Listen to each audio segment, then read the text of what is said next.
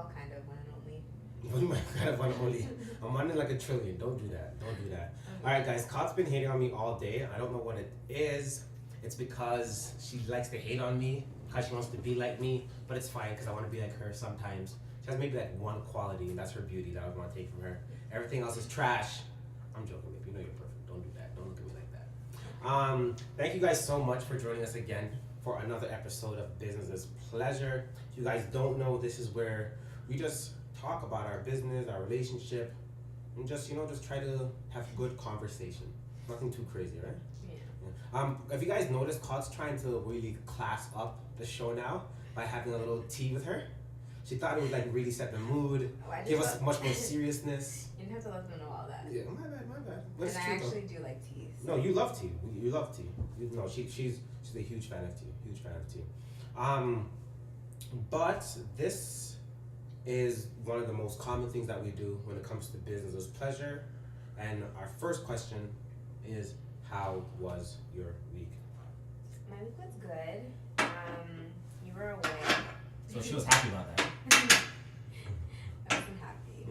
Well, I was a little bit happy. Okay. The house was cleaner. But yeah, you were here because you were in Vancouver. Yes. This was our first time having an event out west.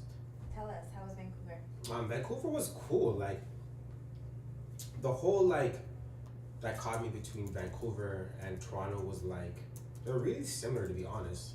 I think in terms of like the demographic, it was a bit different because like there's a huge Asian population down there, and there are no black people. Mm-hmm. I did meet one black person, and he said the statistics for black people are 1 in every 100. So I'm so rare out there. So I felt really, really cool being like a rarity out there. So that was really cool. But it's actually a really beautiful city if you're into like hiking, nature, scenery, and things like that. I definitely recommend it. And the people are extremely, extremely friendly. The air just feels cleaner, But Toronto till I die, regardless, though. Toronto till I die. The event was really cool. When I initially got there, what I like to do is just walk around, see what everyone else is selling, try to mingle with some of the sellers there. It's just like every other hypebeast show. If you're not familiar with what hypebeast culture is, it's where young people go to get like all their swag and stuff like. Do they still call it swag? Their fire fits. They go to get all their fire fits. So everything from like Off-White to Babe, Gucci, Louis Vuitton, some of the best and most popular. So old. I am old. I'm so old. It's kind of funny because it's like I'm trying to keep up with them. You know what I mean? It's not like my natural environment. You know what I mean? So like I'm definitely old. I'm 28, guys. Yeah, I'm 28. Yeah, you're awesome. I was gonna say 29, but yo, I'm 30. Yeah. So I'm 28 years old, and our general demographic is between the ages of like 12 to 25. So yeah, it's this old guy really trying to keep up with them. You're a creep. so you know what I mean? But overall, like everyone was super cool, super friendly, and like the thing I love the most about that hypebeast crowd is that like they really appreciate the products we bring, and they know their shit. You know what I mean? Mm-hmm. They'll look at the product, they'll know all the years, they know the styles that they're looking for, like really particular. So they're a really easy demographic just to talk to and converse about actual clothing, Yeah. And I think another reason why I actually do enjoy like working with like such a younger crowd, the younger generation is more or less going to influence like the music, the culture, the arts, and things like that. So to like try and be around them, I think is always extremely important and everything, Mm-hmm. So like overall, like it was an amazing trip. It was actually our best show of the year. Yeah. So like that's always a plus and a bonus too, right? Yeah, and you got to see Vancouver for all of like 36 hours. Yeah. And that's the unfortunate thing about business trips, guys, is that like we really try to keep them business oriented, because it would be nice if I was there for like a week, but then we have to think about it, okay, that's more money on Ubers, or more money on rentals, more money on Airbnbs, more money on food, right? And the whole point of a business trip is to try and optimize how much money you can actually generate and make instead of spending it while you're there and everything, Yeah, for sure. So yeah, so it definitely has its ups and downs, but definitely I think on our own one-on-one we should like try to check out Vancouver or whatever, but yeah, it was really good. So like, what was it like when I was there? Like, what'd you do? I'm not gonna lie, I had a lot of fun. Okay. I I'm hurt, but okay, cool. It's okay, like I missed you, but I had fun. Okay. You should have started with miss you first, then you'd be like, oh yeah, but I had fun. You know I missed you. Okay. I listened to the new, well not really new, but like Khaled's new album, which is really good. went to a dance class, been wanting to do that for a really long time. For whatever reason, I just never seem to find the I time. feel like I was holding you back. Like this weekend, No. you were like, "Oh my gosh, I'm freeing up myself. No, I'm independent. I'm doing everything I you weren't want." holding me back. I just feel like a lot of times when you're here, it's like we'll make plans together, or like, actually, no, not really, because we don't really do stuff together. But like, we'll be like, oh, we have to film a podcast, or like, you'll be like, oh, like I need to go to Mississauga to pick up something, clothing, or drop off a backdrop, and like I'll come with you because like we're just together, right? So like that takes away from like my time from doing other things. So I guess like I don't know, and also when you were gone for some reason, like I went to bed at like 7 o'clock one night. Yeah. Yeah, I don't know why. Oh, I know why. Because remember, you have to wake up and drop me to the airport. Yeah. So I went to you're bed really really early, so I woke up at like 6 in the morning. Yeah. So I had like so much time to do everything. Yeah. But yeah, I went to a dance class. It was really fun. I got a bunch of accounting done, which was a little bit daunting because we try to get our accounting done by every Sunday now. So we have like a good idea of how many sales we've had for the week. Like and it's daunting because money's coming in. Okay, like a 7-day period, right? But sometimes it's just a lot to do, and it's a lot of like cross-referencing between like all of our different apps and stuff. But I feel like I'm getting a lot better at it and a lot faster at it. I've actually picked up a little trick. What's the trick now? Honestly, I feel like it's not something new. It's just something I never realized. Yeah, but it's okay though. So basically, before what I used to do is I would look at our individual apps, I would find their name, and then I would go and find their name on PayPal. But I don't do that anymore. Straight PayPal? So now what I do is I just look from PayPal, and because Look how I figured that out in like 2.5 seconds. I should be doing the accounting. Like what? Like what? I have to kill my thunder. Okay, go ahead, babe. I'm sorry. Yeah, so I just look on PayPal now. I just look for their name, and it's already written down. Like, or sorry, not The their item or yeah, whatever. like their name. Then the item will come up, say like vintage Levi's denim jacket, and then in the accounting we have Levi's denim jacket, Depop, and then I'll just put the amount there. Yeah, and it's perfect too because when we write our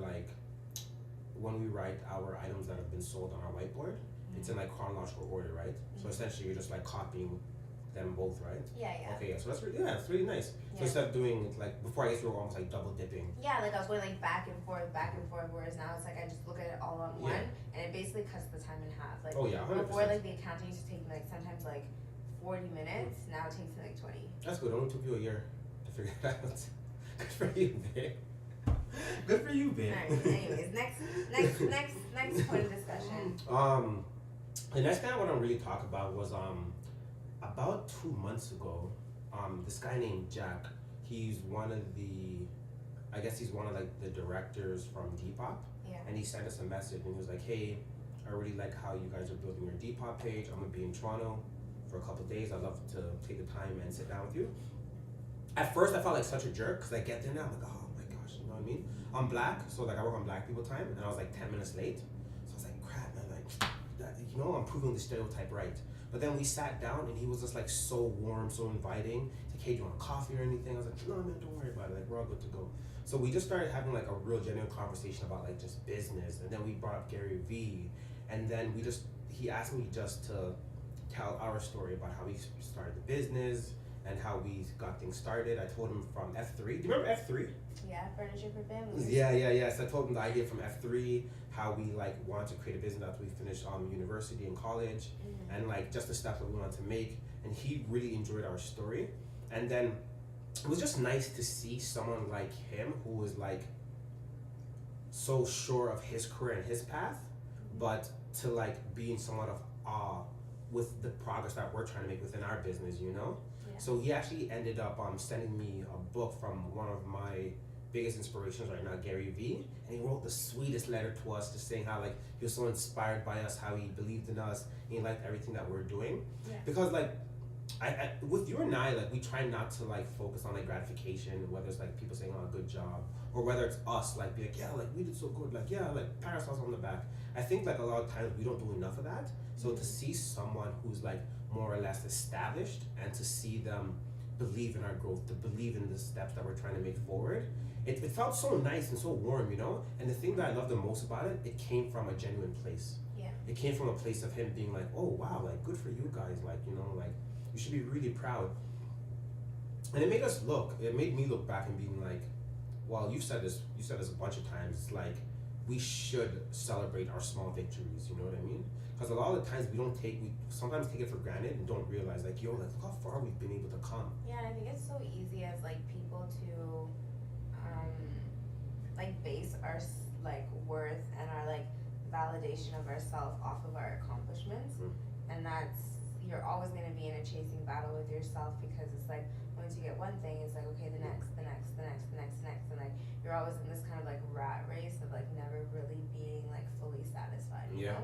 Yeah. So like sometimes it's really important to not just celebrate your small successes, but like just celebrate like yourself as a person and like the drive and the determination you have, regardless of if like you reach that goal or not, but just who you are as a person, and you know what I mean. No, 100%.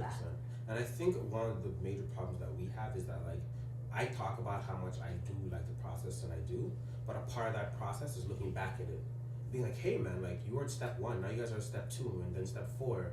So I think a lot of the times we kind of have to like take that step back and look at ourselves on the outside and just realize like, hey, like there are a lot of things that could have like really stopped us from being here, but you know, we're able to just be consistent with ourselves, you know. And I think that's one of the major things that a lot of people have this misconception about business, is that like you have to believe in yourself and constantly be consistent with yourself, you know what I mean, not only with the work that you're doing, you know, but is your mindset in the right place? Like you are your business. Yeah. Like if you're not in the right like state of mind and you don't have the right like set of like goals or direction, like it's gonna be, not to say you won't get to where you want to go, but like it's gonna be a lot harder for you to get there. No man, 100%. And then on the flip side, this guy that I grew up, his name is Diesel. He's like a really good producer, works with a bunch of people, and he's like recreating himself as an artist now. But I think a lot of people have this misconception, it's like, oh well, I'm already successful here, so I don't necessarily have to work as hard on this new project. And the way he's just hustling, we went out together, and every single stop we made, he ensured that he was talking to a DJ, playing his track in the club, making sure people were hearing his music. And that type of hunger, I think, is just so inspirational, because along the way, again, right, if you don't celebrate your small successes, you kind of forget, like, okay, why did I get here? So it's from what I looked at, from what I saw from him, it was like he was focusing on those small steps he took previously to get to where he's at now. And he's not like too proud to be like, hey, like I need to start again from ground zero. Yeah. You know? So. And I think like because you like told me about it when you came home, and like I feel like the thing that stuck out to me was the fact that like he wasn't like, he didn't really care about what other people thought. Not at all. He was on his grind. He had a goal, and like no one was stopping him. And like I love that, because like I feel like it's so, I don't know, at least for me, sometimes it's really easy to get caught up in like, oh, like how is this gonna make me look, or like how are other people gonna think, and like regardless of whether you want to admit it or not, or regardless of if like you want to acknowledge that like as a person there's like a small part of you that does care about what other people think. I feel like for the most part, obviously there's scales, some people care a little more or less than other people do, but to some degree everybody cares what other people think about them, whether it's a large amount or a small amount. And I just like, I love the fact that he just like didn't care. You know what I mean? Like he just, all he was focused on was that goal and that intention and like getting what he wanted accomplished. And I feel like that's something that, at least for myself, like I forget about sometimes. Like I'll be like, oh, like I feel like I'm on the right path to get to where I'm going, but like, am I doing it correctly, or should I be doing something a little bit differently, or people are judging me for going about this in a certain way? And it's like, it doesn't matter. At the end of the day, like it's your goal, so get there the way that you want to get there. Everyone else can. They can either join along or just move to the side, you know? It doesn't matter what they think at the end of the day, but no, it's hard to get that out of your head sometimes. Yeah, and I think that's one of the hardest parts. You have to get comfortable with, like, yo, a lot of the time when you're on your journey, you're gonna be alone. Yeah. You know what I mean? So if you're not comfortable with like a couple of nights being alone, grinding it out by yourself, ensuring that everything you're doing is successful, you know, it's gonna be hard for you to be really, really successful in the end and everything, you know? So like, I think that's always important, but it's one of the hardest aspects as well too, because like, no one likes being alone. Yeah. No one likes being alone. And no one likes feeling misunderstood. Like, you know what I mean? But one thing that I try not to focus on is like the losses along the way, because you have to get comfortable with losing for the most part, you know? And so. that's part of it. Like I don't know, like to me, like I feel like every like big failure that I've ever had in my life has been like, sounds really not stupid, but it's been kind of like a blessing in disguise because like something way better has come out of it. And, like you don't see it in the moment, but like you know, like it's coming at some point. Yeah, for sure. And it's like it's kind of cheesy as hell, but it's like, oh, like when you like close one door, millions others are actually opening. Yeah. Because like it kind of reminds me of the guy that was teaching me that marketing class online. He's like, when you're paying to advertise, you're not paying for the right answers, you're paying for information. Mm-hmm. You know what I mean? So all that other information that you're trying to really like filter through, that's out the way now, you know? Mm-hmm. And that's what I try to focus on success. It's like, okay, this loss just let me know, so I can't be doing this anymore. Now I have other things I can really like slim it down and focus on these other ideas now. My energy too, or like this failure is like, I don't know, my energies or like my direction or my mindset telling me that this isn't what I'm supposed to be doing. No, whatever the case may be. 100%. Yeah. And that's why it's like these last 2 months now, like since I quit my job, it's allowed me to just really realize, okay, what are the best things that we need to do for Clarendon & Co? Mm-hmm. What things can we like really like put to the side and forget about, you know? It even allowed us to have that conversation on like, okay, we have a really good system now. How do we want to scale the company? Yeah. You know what I mean? And that's something that we've been pondering for a really long time is like we get like we've reached like success at this level. Obviously we want more, but like how do we get that more? Like how do we scale that to expand that so that way we're not doing like, let's say, events every other weekend for the next 20 years. Yeah. You know what I mean? Like how do we get to that next level? Mm-hmm. Yeah, and I think that's what's important too. It's like we kind of have to be like so calculated. It's like, okay, well, this is working for us now. What's the next step so we can either like build a business, hire employees, and so we can focus on more so like the strategizing within the business and everything as well too, right? And like also like doing the things that we both individually enjoy. Mm-hmm. Like there's so many aspects of our business that like I'm sure both you and I do because we have to do it because there's no one else to do it. Yeah. We don't necessarily enjoy the actuality of that. You know what I mean? Like for myself personally, like I like the accounting because I like money, and I like the logistics of events, like organizing stuff and making sure that we have like place to stay and like our flights are all organized properly. But in terms of like loading up the car to go to an event, like I could do without that. Like all the labor induced stuff. Yeah. Like I'll definitely. Yeah, like I could do without that. So for me, like in like some way, like that's kind of my goal. Like I'm working towards the point where like I personally don't have to do that anymore, and the business can go to a point where we can have employees that are going to our events for us, or employees that are like posting online for us, that sort of stuff.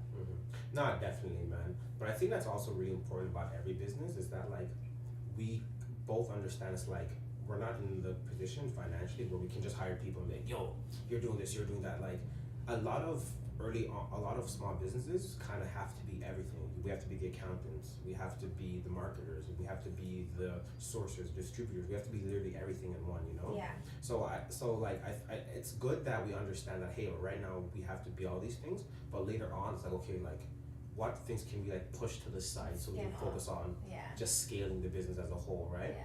Because I see a lot of people sometimes and they're like, yeah, I'm gonna have this multi-billion-dollar business with 20 employees, and it's like, you're not gonna do any of the work?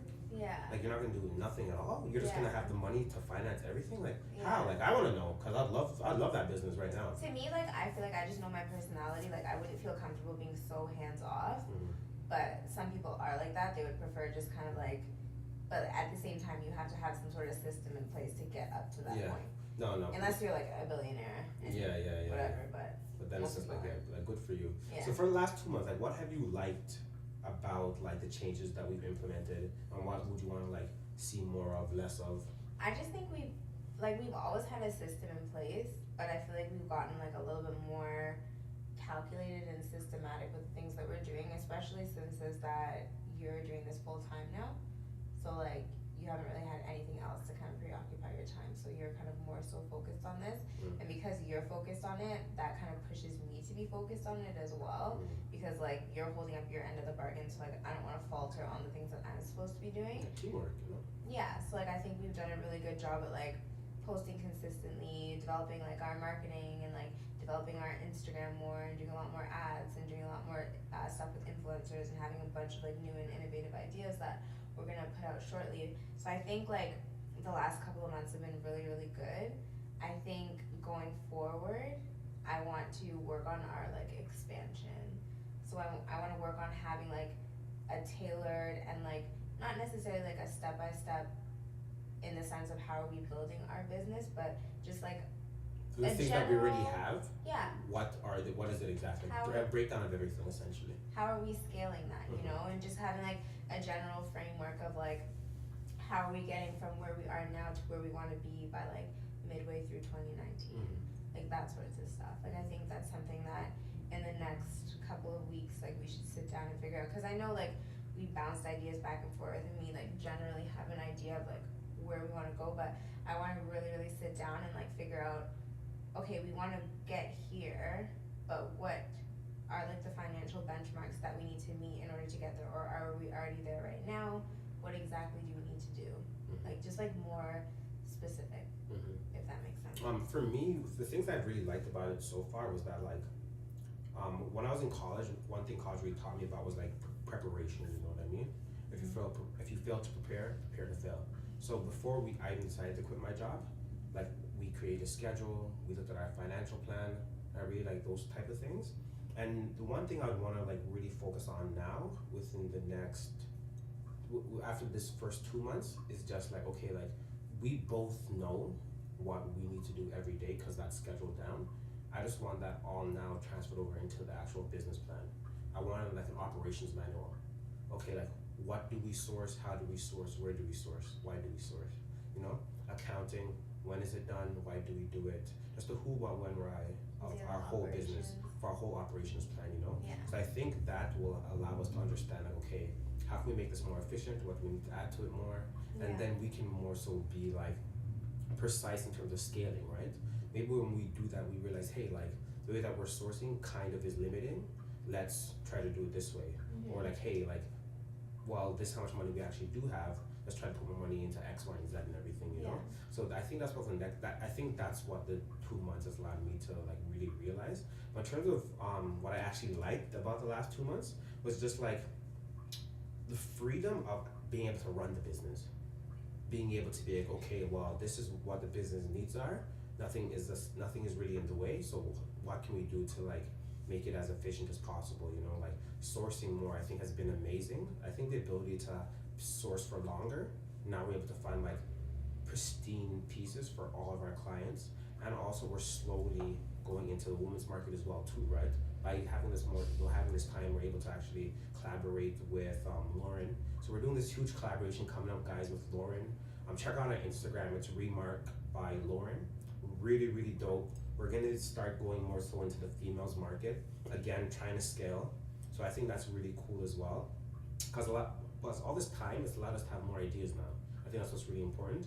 And yeah, overall, I think the last 2 months have been amazing. I think it's been really, really good. I'm like, of course, there are like small things we just need to like be more consistent with. But as a whole, I think we've been really, really good. I think so too. Especially with you, right, transitioning to like your new job and everything. Like, how's that been like affecting you and everything? I don't know, like I feel like it's been good. I just feel like in the first couple of months, not the first couple of months, like the first month I'd say, because the job itself was so new and like I was learning a bunch of new things and dealing with a bunch of new things, that was a little bit difficult because like I didn't understand how much time was required of me and how much time I'd be putting into things in reference to that, and I feel like I was putting in maybe a little bit more time than I needed to just because it was so early stages. Yeah, like it was early stages. So in that period I felt like a little bit overwhelmed just because I felt like I was dealing with a lot of different things. But now that it's been like 2 months, I feel like I'm kind of in my groove a little bit better, and like I've gotten a better understanding of like how much time I need to allocate towards like my work and how much time I can allocate towards Parent on Co, and then go from there. So I think it's been good, at least at this point. Yeah, I think you've managed it really well. Like, you know, you got to mark all your tests, you did all the accounting, you're still helping with the business, you're still posting and everything, you know. So it's like, I think for the most part it's been really successful, you know. And of course, like we planned for that. You decide like, hey, like Carl's not gonna be doing these things because she has to get these other things done. And I think that's how like the best way we're looking at our household. We're looking at it as more so like a full team rather than like 2 separate rousters. You know, because I think before when I was working full time, I was like, okay, well, Jarl has these things that he has to do for his team, and Carl has that thing that she has to do for her team. Really separated. Like, you know, but now it's like, okay, well, we have to do this for the household now because like we're under one company, like one entity, one mind, one soul. So you know, so it's good, man. It's good. I think we're on our way of like just figuring out what's best for everything. Cause like at the end of the day, we're still growing. We're slowly building this thing, slowly building our brand, slowly building the best operational plan. So yeah, man, it's exciting. It's exciting. It's like I keep telling you, like Christmas is coming up, and I've never been like so anxious before for Christmas time and everything. I feel like a kid again. I'm really, really excited. So it feels good. It feels really, really Why good. do you think you're so excited? I think it's because like every day, I'm always like constantly going in terms of the business. Cause there's some days it's like I'll work from like 6 in the morning to like 10 at night, you know. And I think like now with Christmas coming, it's finally like, okay, John, like this whole year, well, half the year you've been able to like dictate what you want to do, allow this like festival period just to be like natural and actually enjoy it, you know. So it feels good. Like I'm talking about like getting a Christmas tree, decorating the house. Like I might even make eggnog. We might even make our own eggnog. Like I don't know. Like I'm just so happy. Like it feels good. It feels good. And like oh I don't know. It's like a good anxiety. It's like oh my gosh I can't wait. So yeah, I'm really really excited about all that. I'm really excited about that. I'm happy for you. Yeah, of course, man. I feel good. I feel good. That's good. Okay, so any last words you want to add in before we head out of here? No, I think that's it. We have another event coming up this weekend, 613 Flea. So we need to get ready for that. But other than that, that's it. Okay, cool. All right, guys, thank you so much for joining us again. If you guys have any questions, don't ever forget to hit us up in the DM. You know, come on, just like try and be a friend. So yeah, so hit us up in the DM, hit us up in the comment section. If you guys have any topics that you'd love to hear us talk about, please let us know. But until next time, peace.